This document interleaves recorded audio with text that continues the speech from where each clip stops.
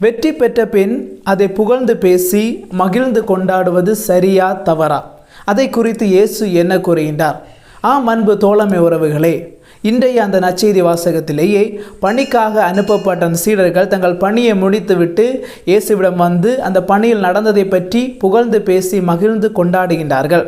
அதை கேட்ட இயேசு பின்வருமாறு கூறுகின்றார்: தீய ஆவிகள் உங்களுக்கு அடிபணிகின்றன என்பது பற்றி மகிழ வேண்டாம், மாறாக உங்கள் பெயர்கள் விண்ணகத்தில் எழுதப்பட்டிருக்கின்றன என்பது பற்றிய மகிழுங்கள் என்று கூறுகின்றார். இதிலிருந்து இயேசு 2 முக்கியமான கருத்துக்களை பதிவிடுகின்றார். முதலாவதாக, பெருமை பாராட்டுதலை தவிர்க்க வேண்டும். அதாவது நாம் ஏதாவது பணி செய்கின்ற பொழுது, ஏதாவது செயலில் ஈடுபடுகின்ற பொழுது அதில் நாம் வெற்றி பெற்றால் நம்முடைய பெருமை பாராட்டுதலை நாம் தவிர்க்க வேண்டும். அந்த வெற்றியை கடவுள் தான் தந்தார் என்று அவரை நினைத்து பார்த்து நன்றி கூற வேண்டும். நம்முடைய வாழ்க்கையை எடுத்து பார்த்தோம் என்றால், நாம் ஏதாவது ஒரு செயலிலோ அல்லது ஒரு பணியிலோ வெற்றி பெறுகின்ற பொழுது நாம் புகழ்ச்சியையும் பெருமை பாராட்டுதலையும் விரும்புவோம். ஆனால் அதே செயல்களில் தோல்வி உறுகின்ற பொழுது நாம் பிறரை குறை கூறுவோம். சில நேரங்களில் கடவுள் மீது வீண் பழி சுமத்துவோம். எனவே நம் ஆண்டவராய் இயேசு கிறிஸ்து கூறுகின்றார், நீங்கள் வெற்றி பெறுகின்ற பொழுது பெருமை பாராட்டாதீர்கள், மாறாக கடவுள்தான் அதை நிகழ்த்தினார் என்பதை நினைத்து பார்த்து கடவுளுக்கு நன்றி செலுத்துங்கள் என்று கூறுகின்றார்.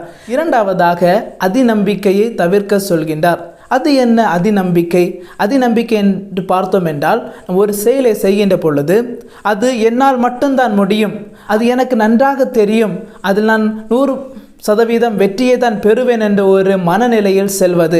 அவ்வாறு செல்கின்ற பொழுது நாம் தோல்வியை சந்திக்கின்றோம். ஆனால் அந்த அதிநம்பிக்கையை தவிர்த்துவிட்டு கடவுள் மீது ஆழமான நம்பிக்கையை வைத்துவிட்டு நாம் அந்த செயலை செய்கின்ற பொழுது முடிவு எவ்வாறாக இருந்தாலும், அது தோல்வியாக இருந்தாலும் சரி, வெற்றியாக இருந்தாலும் சரி, நாம் ஒரு நல்ல ஒரு மனநிலையிலேயே வாழ்வோம். அதைத்தான் நம் ஆண்டவராய் இயேசு கிறிஸ்து சொல்கின்றார், அதிநம்பிக்கையை தவிர்த்துவிட்டு கடவுள் மீது ஆழமான நம்பிக்கை வைக்க செய்கின்றார். எனவே பிரியமானவர்களே, நாம் வெற்றி பெறுகின்ற பொழுது பெருமை பாராட்டலை தவிர்த்து கடவுளுக்கு நன்றி செலுத்துவோம்.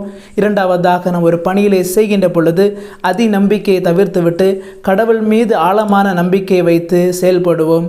கடவுள் நம்மை நிறைவாக ஆசீர்வதிப்பாராக. ஆமென்.